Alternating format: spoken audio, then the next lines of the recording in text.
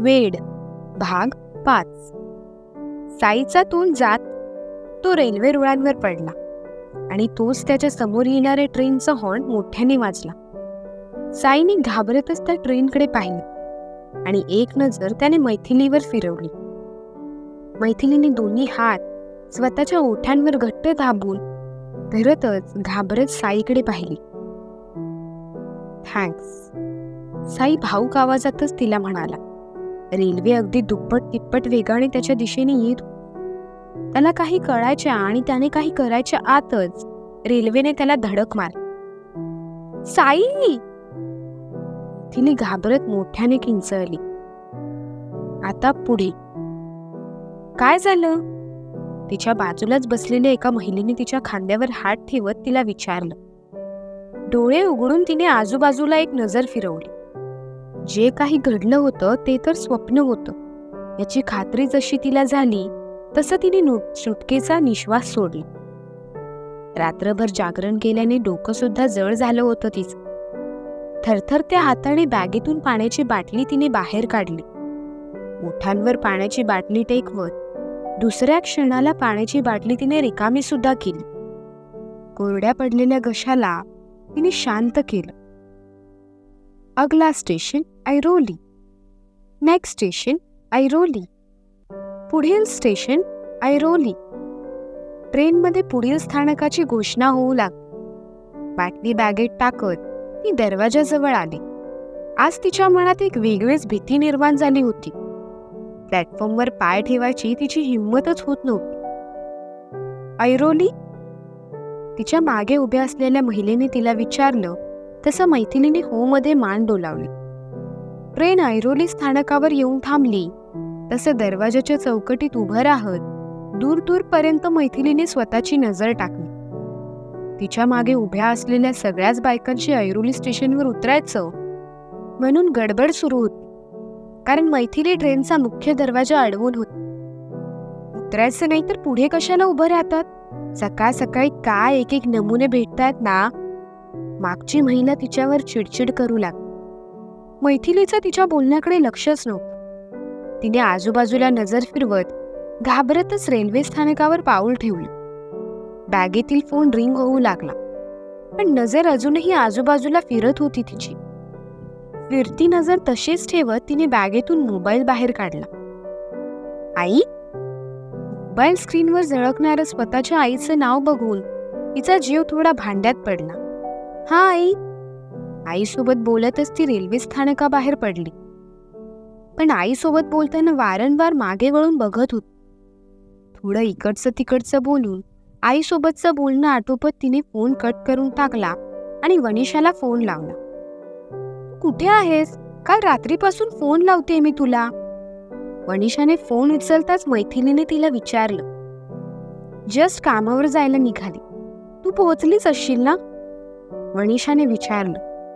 Office बाहेरच आहे मी, पण आज मी ऑफिसमध्ये नाही जात. मला असं वाटतंय मी एकदा साईला भेटून जे काय आहे ते सगळं क्लिअर करावं.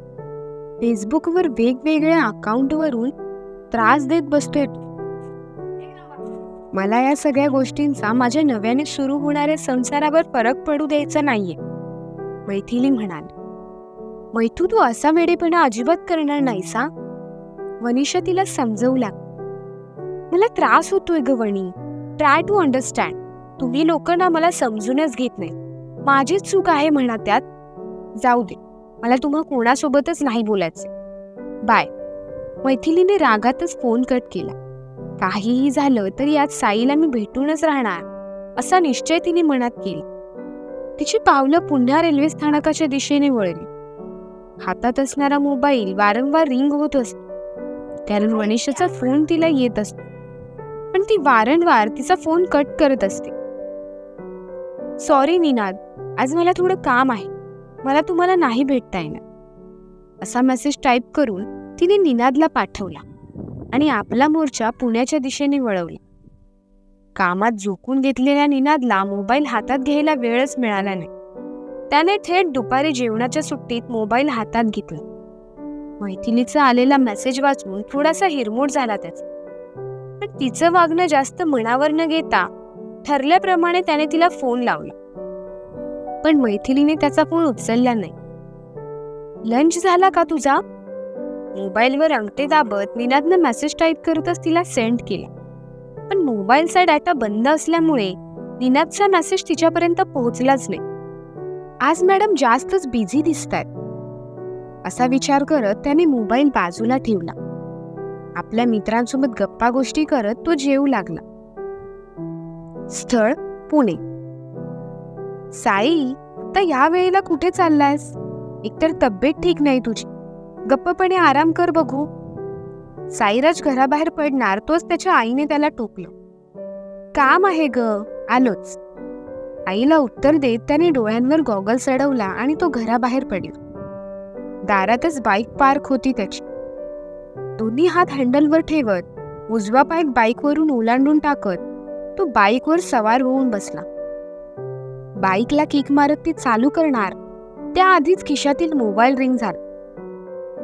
मैथूचा असेल, पोहोचली वाटतं ही, असं स्वतःशीच पुटपुटत त्याने मोबाईल बाहेर काढला. पण नाराज झाला, कारण मोबाईल त्याच्या बेस्ट ऑफ बेस्ट फ्रेंडचा होता, तो म्हणजे श्रीचा. जेव्हा जेव्हा मैथूला मी भेटायला जायचं बोलतो तेव्हा तेव्हा तू मध्ये काय येतोस? साईने चिडक्या सुरातच श्रीला विचारलं. जेव्हा जेव्हा तुझ्यासाठी वेळ काढून मी तुला फोन करतो तेव्हा तेव्हा तू नेमकं तिलाच भेटायला जात असतोस. असं बोललास तर ते ठीक राहील. मित्र त्याच्या बिझी शेड्यूलमधून वेळ काढून कॉल करतोय त्याचं तुला काहीच नाही. त्या मैथिलीने तुला तिच्या हातचा कठपुतला बनवून ठेवलंय. ती बरोबर तुला तिच्या इशाऱ्यावर नाचवते आणि तू नाचतोस पण. तिने जर तुला म्हटलं ना जाऊन श्रीसोबत असणारी मैत्री तोड, तर तू तिचं ऐकून माझ्यासोबत असणारी मैत्री सुद्धा तोडशील. खरं खरं सांग, करशील ना असं? श्रीने विचारले. तसं माझी मैथू सांगणार नाही, पण जरी तिने सांगितलं तर मी विचार करेल त्याबाबत. साई मस्तीतच म्हणाला. हेच ऐकायचं बाकी होत. खूप हर्ट केलंस मित्रा. श्रीने सुद्धा मस्तीतच रिप्लाय दिला. मस्ती करतोय रे लेका, लगेच सेंटी नको होस. तसं पण माझं आणि मैथूचं रिलेशन थोडं ठीक नाही आहे रे. खूप मुश्किलीने तिला मी भेटायला बोलवलं. आता तुझ्यासोबत बोलत बसलो आणि परत मला उशीर झाला तर ती खूप भडकेल यार. प्लीज समजून घे. मी घरी आल्यावर कॉल करतो ना तुला, साईराज म्हणाला. एवढं पण नको ना तिच्या मागे मागे करूच. नुसतं छोट्या छोट्या कारणावरून तुम्ही भांडत असता यार. आणि हे मी तुझ्याबद्दल नाही बोलत. आय नो तुझं तीच भांडत असणार तुझ्यासोबत. छोट्या छोट्या गोष्टीवरून कोण भांडतं यार. लास्ट टाइम तू सकाळी उठल्या उठल्या तिला मेसेज करायला विसरलास म्हणून ती तुझ्यासोबत भांडून जवळपास आठवडाभर तुझ्याशी बोलत नव्हती. हे पण काही कारण आहे का? श्री चिडचिड करू लागला. ऍक्च्युली तिचा बर्थडे होता रे लेका. मी कामाच्या गडबडीत विसरलो म्हणून ती रागवली. तू समजतोस तशी मैथून आहे रे, साई म्हणाल. मग मला का खोटं सांगितलंस? श्रीने विचारलं. ते ती माझ्यासोबत बोलायला लागल्यावर मला कळलं ना रे. आणि आता तू विषय काढल्यावर मला ते आठवलं. आता तुझ्यासोबत खरं खोटं करण्यात मला वेळ नाही. मी तुला नंतर फोन कर. साई खरं तर फोन ठेवण्याच्या घाईत होता. त्याला काहीही करून मैथिलीला भेटायचं होतं. आज 15 तारीख आहे. आज काही विसरत नाहीयेस ना तू? तसं असेल तर आत्ताच आठव, नाहीतर तुझी मैथू परत त्यावरून पण भांडण करत बसेल तुझ्यासोबत. साईला चिडवतच श्री म्हणाला. तू ठेव यार, तुला मला चिडवायला कारणच हवंस. आणि ह्या विकेंडला पुण्यात यायचं ट्राय कर. मला तुला भेटायचंय आणि आता मी ठेवतो यार, मी घाईत आहे. उशीर झाला की परत ती भडकेल माझ्या. मैथूला भेटून आल्यावर तुझ्यासोबत बोलतो मी. बाय. एवढं बोलून साईने फोन कट करून टाकला आणि निघाला तो मैथिलीला भेटायला. स्थळ मुंबई.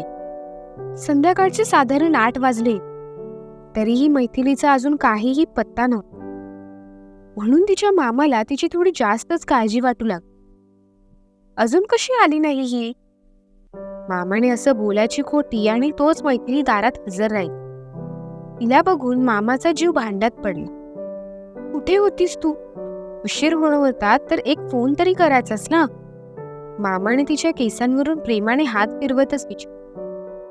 ते निनादनी भेटायला बोलवलं होतं, मग त्यांच्याच सोबत होत. मामीला तसं सांगितलेलं मी, मैथिली उत्तरली. ती गेलीये सत्संगला. जाताना मला सांगून पण नाही गेली. रस्ता वगैरे चुकली असशील म्हणून घाबरलो ना मी. मामा म्हणाले, रस्ता वगैरे चुकायला लहान आहे का मी? तुझं पण ना काहीतरीच असतं हा मामा. मामासोबत बोलत तिने स्वतःची पर्स खुंटीला टांगली.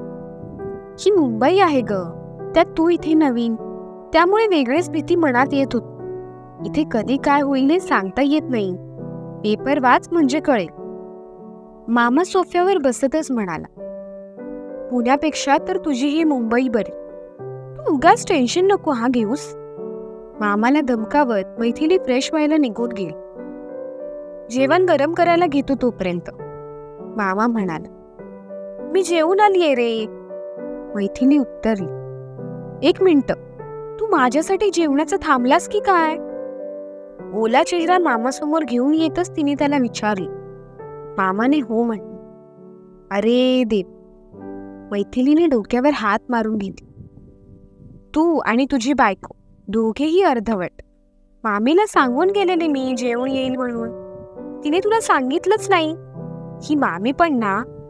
असं म्हणत मैथिली किचनमध्ये शिरली. जेवण गरम करतो ग मी, दमून आली असशील, मामा म्हणाल. करते मी, मैथिली किचनमधूनच ओरडली.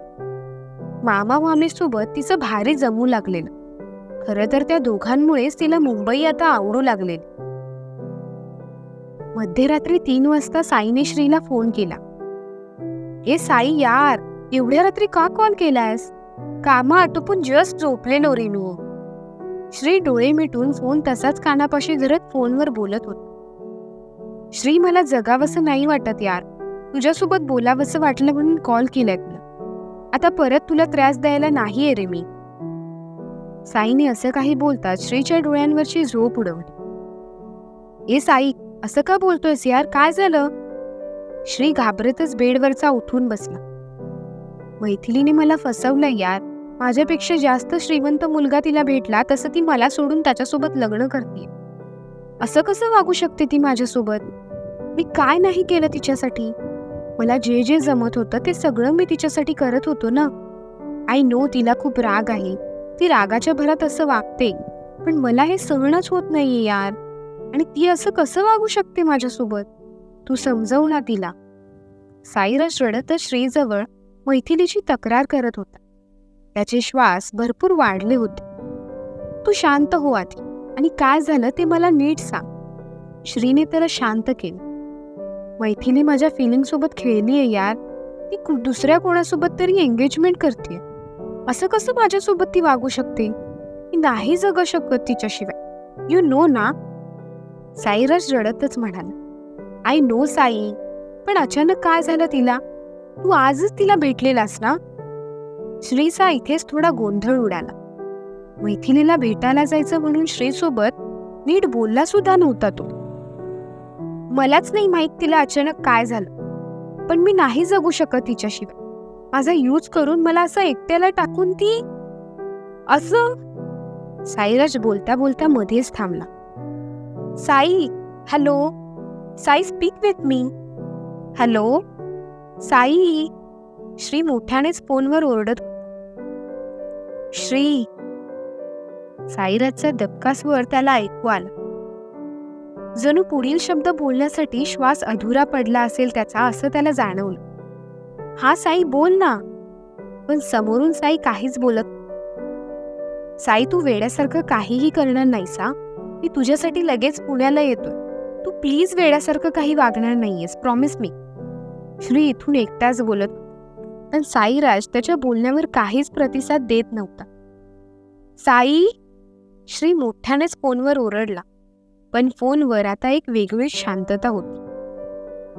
मैथिलीमुळे साईने खरंच जीवाचं बरं वाईट तर नाही ना करून घेतलं? कळेलच पुढील भाग. धन्यवाद.